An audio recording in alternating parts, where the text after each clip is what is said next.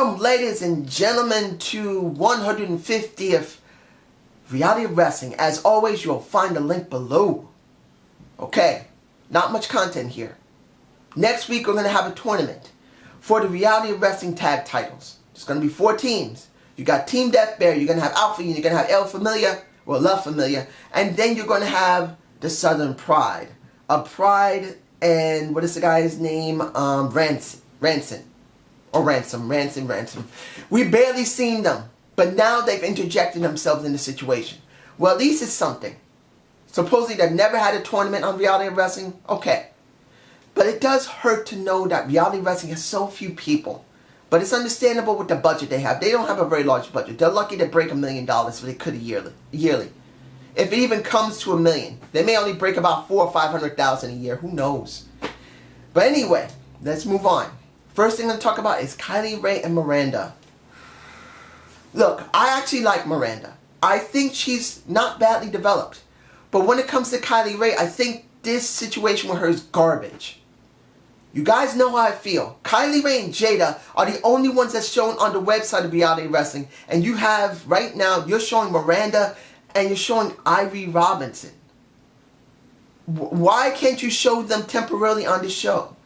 And also temporarily on your website? Come on. I mean, I understand they don't have a lot of people working at Reality Wrestling, but Booker T, come on. You could at least be a little more coherent with it. I know there's a lot of people working double work, but come on, man. Come on. Leave it to an independent contractor to take care of your website. And make sure they know the differences is going on. I'm just saying. But the problem with Kylie Rae is this. She's acting like someone way too young, and she don't look it. If this was Alexa Bliss, she could get away with it because of her height and her beauty. She looks like a teenager. She looks like she might be 18 or 19 years old. She could get away with it because of her size and beauty.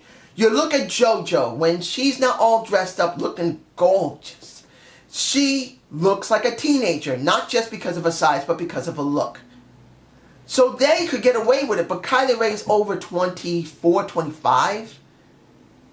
And she doesn't look young, and she's acting like a kid, and it just does not work. She's not Bayley. It's like she's a Bayley knockoff. Or Bayley's a knockoff of her. But either way, she just doesn't work well in Reality of Wrestling. It just doesn't work. She really needs to change that attitude. It sucks. Now, Jason went up against Harrison. I didn't expect him to win. But the thing I did like the most was Jason dealing with the woman who is the interviewer. I don't know her name. I keep forgetting her name. He acted more of a ladies' man than Gino did. He went and touched her shirt and said, that top is exquisite. Now, of course, he's a man that loves fashion more than he loves a woman. It just comes down to it. He's not trying to present himself as a gay man. He's trying to present himself as a guy who cares about being what my group therapist used to say, a clothes hog. He's the type that loves clothes, that goes out to find the most greatest designer clothes you can have. And in his case, I understand it. I think the Jason character sucks, but I understand the reason why he's doing the clothes thing. But he sounded more like a player than Gino does. And Gino is too much of a child. I've said it before and I can say it again. Gino is way too green, and he does not have the charisma to pull off a Latin lover. Look, if you're there, like a Gino, you gotta be flairful. Gotta go up to the woman and say, my love, you smell delicious. You smell wonderful. Oh, those clothes look so lovely on you. Now, if you're playing to his actual age, he ain't gonna drink because, well, he can drink because he's over 18. But let's say that he's under 18 and he's acting like a kid. Why not come with me to a lovely cafe? Let us go and drink some lovely coffee and have a nice walk through the park. Or let's go and get to a bar and get stone cold drunk. Something to make him special. And it's just not there. I'm just being honest. He's just not there as a champ. Now this leads into Sean Studd, who is decently developed, who has a good size. He's about the same size as his dad, Big John Studd. He has a character that destroys everyone. And he says, Gino, I'm here for that freaking title. Get ready. Walks off. I want to see him become champ more than Gino. Because Gino is just not there. And you'll be seeing, as I've been talking, Gino's just been sitting there. Like a kid. Anyway. The J.J. Blake segment was the loveliest segment there. I just love it. J.J. Blake is just, he knows how to talk. He just does. And when it comes also to Barnes, I don't hate Barnes, but I do believe he would be better as a heel. This feud he's doing with Booker T's brother, doing with the... I'd rather see him work with Stevie Ray. I'd rather see him work with Abel Andrew Jackson. To Ron Davison, who's one of the best talkers next to Abel Andrew Jackson and J.J. Blake. Those three, in my humble point of view, are the best talkers in that company. And I want to see him work with them. He needs it. It's not because of his accent. He just doesn't have a lot of charisma. He just needs something. He also needs to bulk up just a little bit more because the guy have huge thighs.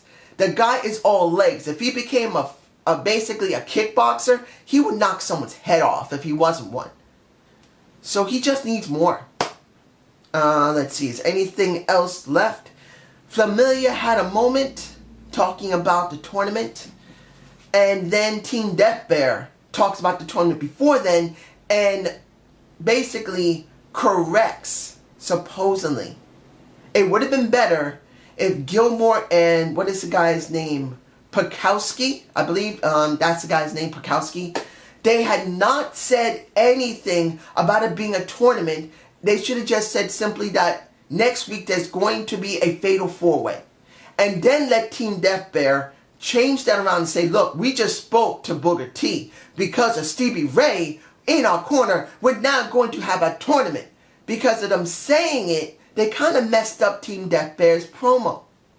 So I wish that they had really done this more properly, because the writers made sure that the guys on the mic knew, but then they shouldn't have done it anyway. They should have let Team Death Bear do it.